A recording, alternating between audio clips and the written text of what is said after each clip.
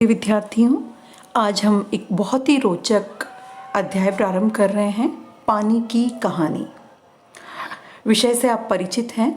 बिल्कुल सही, हम जल के बारे में बात कर रहे हैं।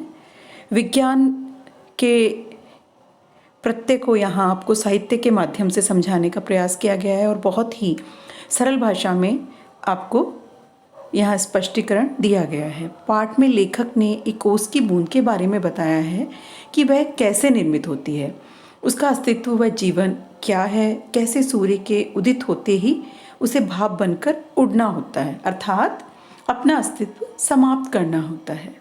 लेखक ने वैज्ञानिक तथ्य व कल्पना के सामंजस्य से ओस की बूंद के जीवन को दर्शाया है। तो देखिए, लेखक आगे बढ़ रहा है। अचानक से उसके हाथ पर उसकी बूंद आ पड़ी है। उसकी कलाई से सरक कर वे हथेली पर आ गई है और थोड़ी ही देर में बूंद के 2 कण हो गए। कुछ देर लेखक को ऐसा एहसास होने लगा कि बूंद हिल हिल कर कुछ कहना चाह रही है।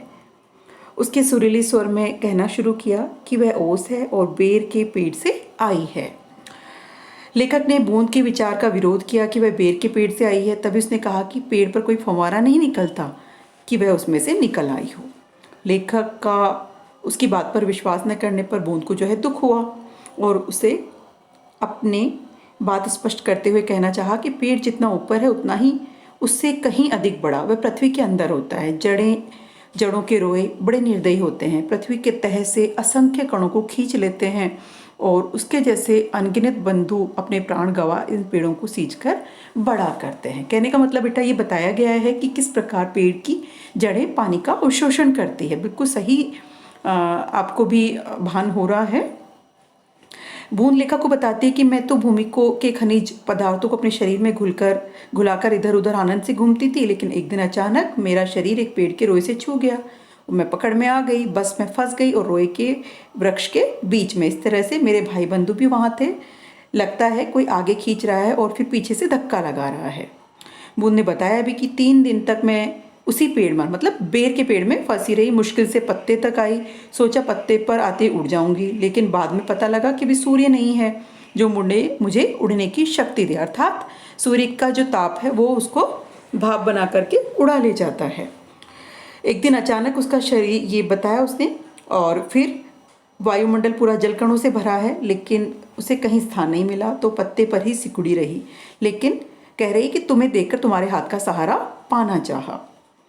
बूंद के प्रार्थना भाव से लेखक को कहना चाहा कि सूर्य निकलने तक मैं आपसे रक्षा की मांग करती हूँ, क्योंकि सूर्य के दर्शन करते ही मुझ में उड़ने की शक्ति आ जाएगी। ठीक है, तो बूंद ने देखिए फिर बताना शुरू किया कि उसके पूर्वज जो थे हाइड्रोजन, मतलब हाइड्रोजन, ऑक्सीजन या ऑक्सीजन, 2 गैसें वायुमंडल में लपटों के रूप में रहते हैं और निश्चित चक्कर काट रहे थे। ब्रह्मांड के उथल पुथल से अनेक ग्रह उपग्रह बन गए और इस तरह से वो हजारों मील घूम गए। उसका एक भाग टूट गया, सूर्य का एक भाग वो टूटा और टूट करके क्या बन गया, पृथ्वी बन गया, है ना। और इस तरह से पृथ्वी फिर ठंडी होती है और लेखक उसकी बातें सुनकर चौकन्ना हो जाता है। और फिर बूंद बताती है कि धीरे धीरे उसका शरीर एक दिन खिसकने लगा और पता चला कि वह नीचे का अस्तित्व हमारे बाहर से पानी हो गया है। धीरे धीरे वो समुद्र में चली गई। समुद्र के दृश्य का उसने वर्णन किया और फिर बूंद समुद्र से बाहर आने की जो उसकी इच्छा है वो बताती है कि समुद्र की गहराइयाँ नापती रही और उसकी इच्छा जागृत हो गई कि वह बाहर आए और बड़ी कठिनाई से एक चट्टान में घुसी और फिर पृथ्वी के खोखले भाग में एकत्रित हो गई। कुछ ने जो उसके साथी थे वहीं रहना उचित समझा और कुछ उत्साही युवा बूंदें भी थी जो सोचती थी कि हमें देखने का प्रयास करेगी कि पृथ्वी में क्या है। फिर पृथ्वी के अंतरंग भाग के बारे में भी बूंद वो लेखक को स्पष्ट करती है और फिर इस तरह से बूंद बताती है कि किस तरह से ज्वालामुखी फूटा और धरती के अंदर की जो रेत है, धुआं, पिघली वस्तुएं, लपटें बाहर आती हैं और बाहर आते ही बूंद को भाप का दल मिला और आंधी ने भी बूंद को कभी इधर और कभी उधर खूब घुमाया।